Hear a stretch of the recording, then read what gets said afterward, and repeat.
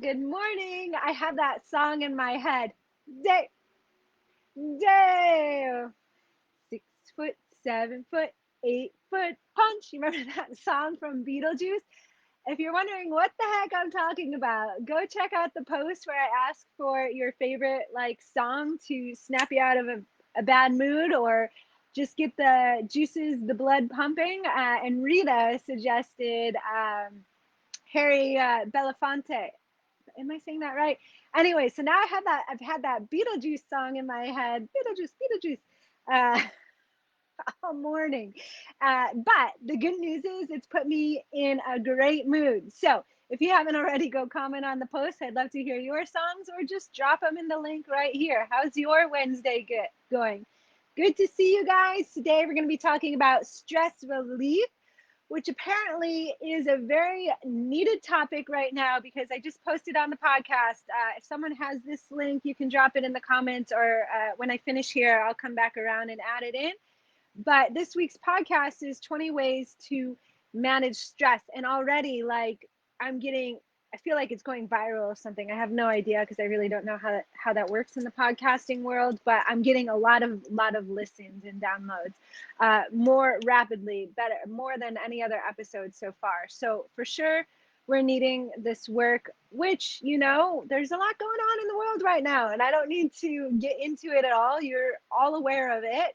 But I have a special treat for you today because I'm going to talk about how to find some stress relief, or as in the podcast, I suggested manage your stress. And the reason why I specifically said manage your stress and not stress relief, I'm going to be doing a whole podcast episode on this, is because stress is not going to go away, right? We can reduce it, we can get some relief for it, but really we just need to manage it. And it's not a sexy word, right? It's not like fun and you get this big release from it at all. However, when you learn how to really work with the stress, because a little bit of stress is good, it allows us to evolve and grow as humans.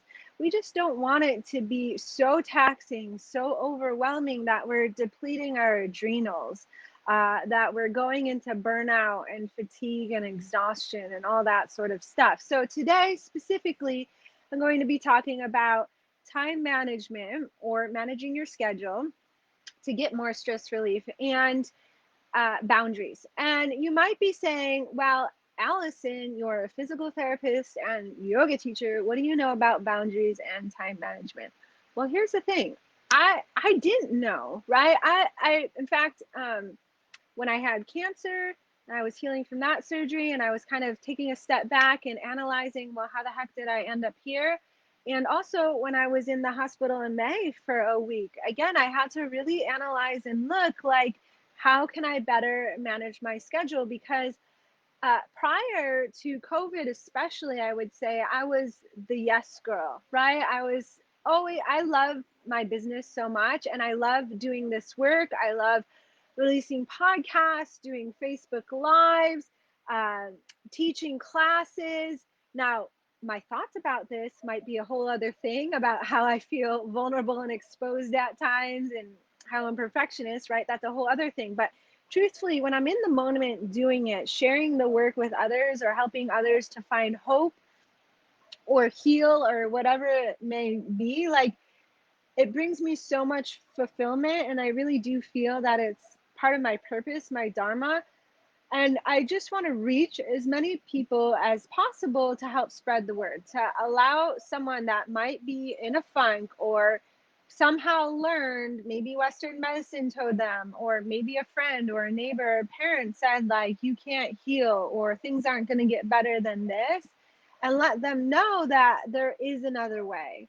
Right. So I get so passionate about this that I was saying yes to everything. And I was trying to be the perfect mom and the perfect wife. And essentially, I was burning the candle at not only both ends, but many ends. And I don't think it's the only reason why I ended up in the hospital. And for sure, it's not the only reason why I had cancer. I definitely don't think I did anything wrong as a human. And this is a whole other podcast and Facebook Live. I do have some physical issues that are going on and that they're monitoring and we're working through for sure. But they can exacerbate and compound the issue or delay my healing, delay my recovery. And in terms of prevention, learning how to efficiently manage my schedule. So, especially now with my daughter going back to school, to kindergarten for the first time, and she's getting home at like 4, sometimes 4:30, is I want to be present in the evenings with her. I don't want to be teaching yoga classes and getting home at 10 o'clock at night anymore. 9:30, 10 o'clock. I've done that a couple times a week. I used to do it consistently, teaching every weekend all the time. I want to enjoy time with my family, because that's also the whole reason why I do the work that I do, is so yes, I can fulfill my purpose and my dharma, but I can also in a way bring home the bacon so my family can meet its needs too. So how did I learn how to manage my schedule and time? So it comes back to these three bubbles, which are a little bit different than the three bubbles I taught you a few Facebook Live episodes ago. A few Facebook Live episodes ago, if we can call it that, we really talked about health resilience, and I broke down that bubble. Um, Maybe in the future I'll break down clarity code. If you, and this is how we can really manage our stress, reduce our stress overall, and find balance and fulfillment in life. So, right, the whole reason why you go to work, why you wake up in the morning, you're living, you're bringing that happiness, that santosha, that contentment into your life day to day, moment to moment, not just always looking for Friday night or the weekend, for example. So part of it is clarity code, and I'll explain more on this later. And today we're going to be focusing on cultivating that balanced life. So to really achieve that balance overall and find that happiness and experience that joy, not that you're going to be happy and joyful at every waking moment. That's not the human experience, right? There is other emotions, and there are some things where life just doesn't go as planned, but overall, you do feel like that is part of the balance, where and why it's so elusive. But when all these three come together, right, then we have this happy face. So if you want to learn more about the breakdown of these three bubbles specifically, I have a free masterclass for the stressed out business owner coming up in a couple weeks. It's October 23rd. If someone has the link, they can drop it in the chat. I think I have it close by. I'll drop it in the chat right now. You can get registered, save your spot. Of course, I'll have a replay, but if you can attend live, that's great, because then you can ask your questions, and I really cater it to those people that are present. If you've ever attended my workshop, any of my workshops, you know that. So specifically, we're going to be talking about cultivating the balanced life today, and time management and boundaries. So I really had to learn how to, with the boundaries, say no to some things, like let go of some activities, yes, that were great for my business. Yes, I found super enjoyable. However, wasn't serving the ultimate goal of me being fulfilled and happy and balanced. Because I was teaching and doing so much, I wasn't present in home on the weekends. Um, I was burning myself out, leading to fatigue and exhaustion.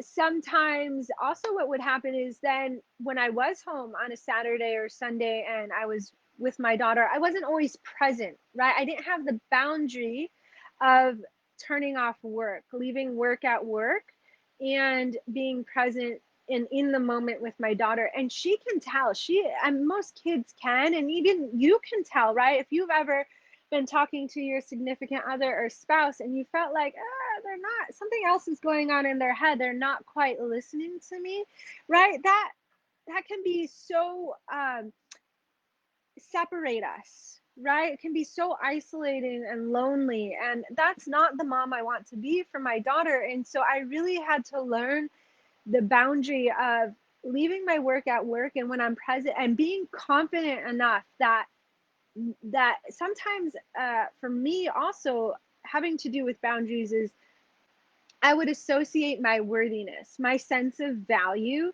with the accomplishments, with the success of my business, right? And some of you might find this, even if you're not a business owner, if you're an employee with that entrepreneur mindset, right? You really might find your own value and self-worth in the work that you do. And you have to remember, or for me, I had to tell myself, like, I am worthy and complete right now. That work is just a bonus. And what I do throughout the week is enough. It's perfect and is enough.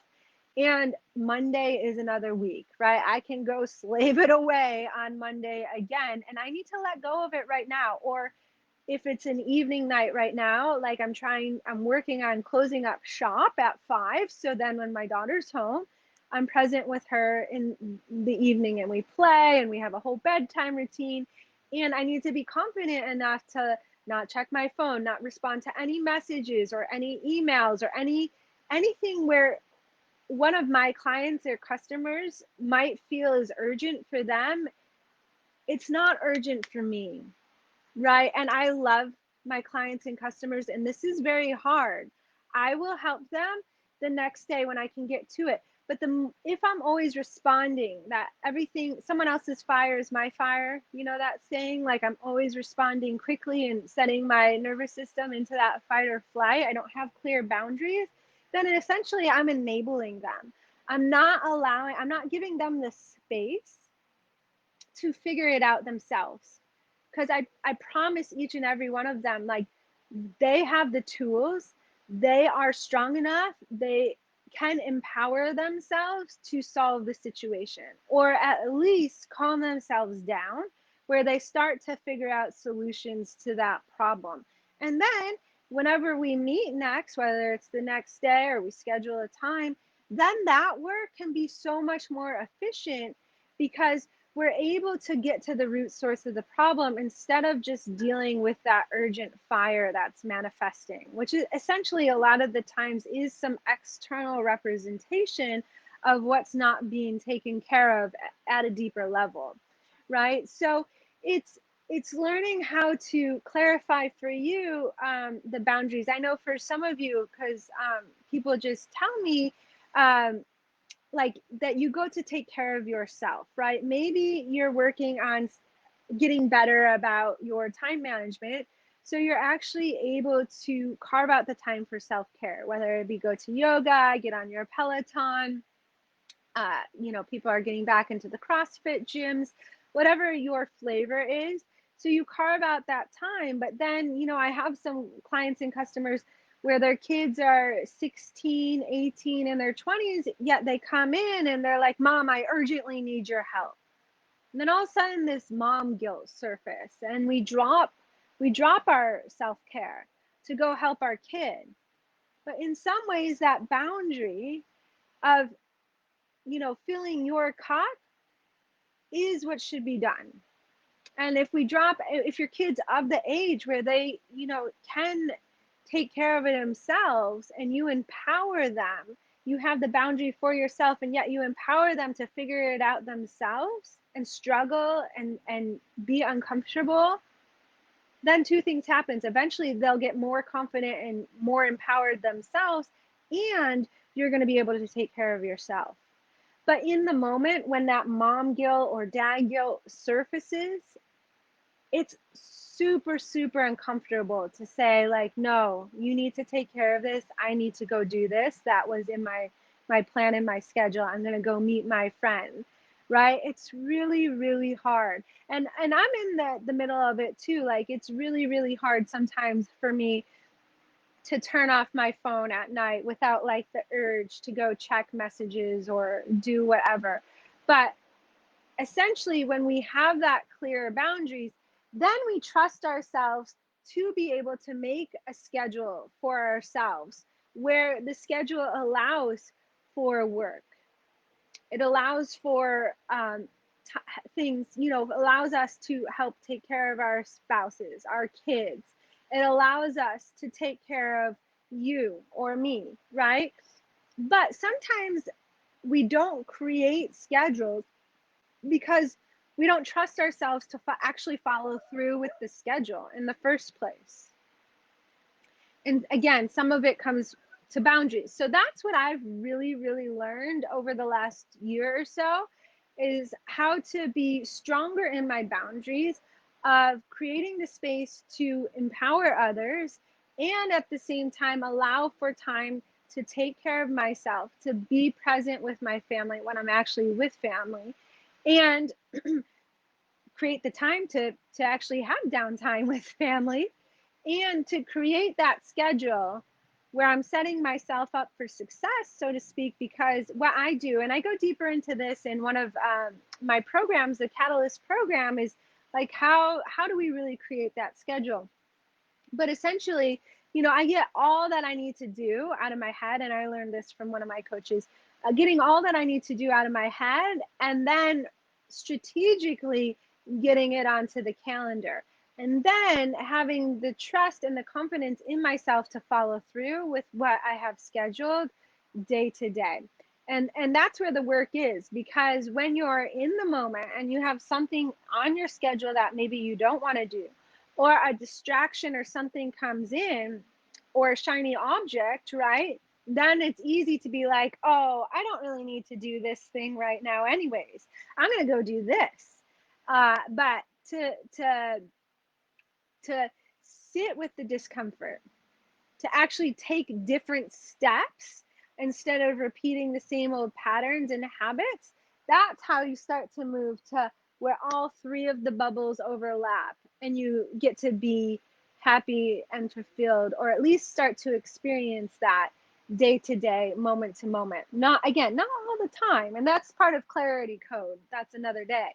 But overall, having this balance and fulfillment in life. So let me know your thoughts. I would love to hear it. You can comment below. Again, you can sign up for this free masterclass coming up in a couple weeks. I'm going to break it down a bit more and go over the rest of the bubbles. And we'll see. We'll see what happens depending upon people's requests. Maybe I'll do a little bit of stress management techniques.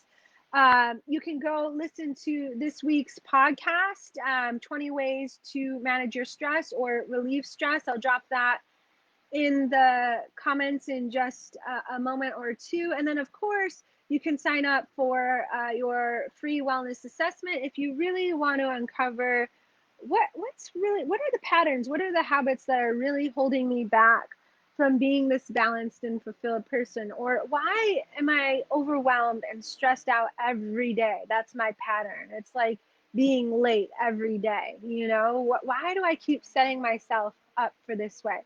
Then hop on a call and we can hash it out. I'm happy to do that. I think this week I am booked, but if you want to snag a spot for next week so you don't have to wait it out for a couple weeks, I highly recommend doing that. So I'll drop that into the comments as well. And if you have any topics that you would like to hear more of, I forget what I have planned next week on the podcast, but I am going to stick with this stress relief for some time, only because it is so important. There's so many research studies out there, just talking about what can happen when we have stress 24/7 on emotions, mental, our hearts, even putting us at risk for diabetes. So there's a lot that we can do physically, emotionally, mentally for health and wellness prevention when we do manage and relieve our stress. So a couple resources for you, and I will see you next week. I'd love to hear your thoughts. So if you're catching this on the replay, just drop them in the comments. I will respond, and I'll see you next week. Bye for now.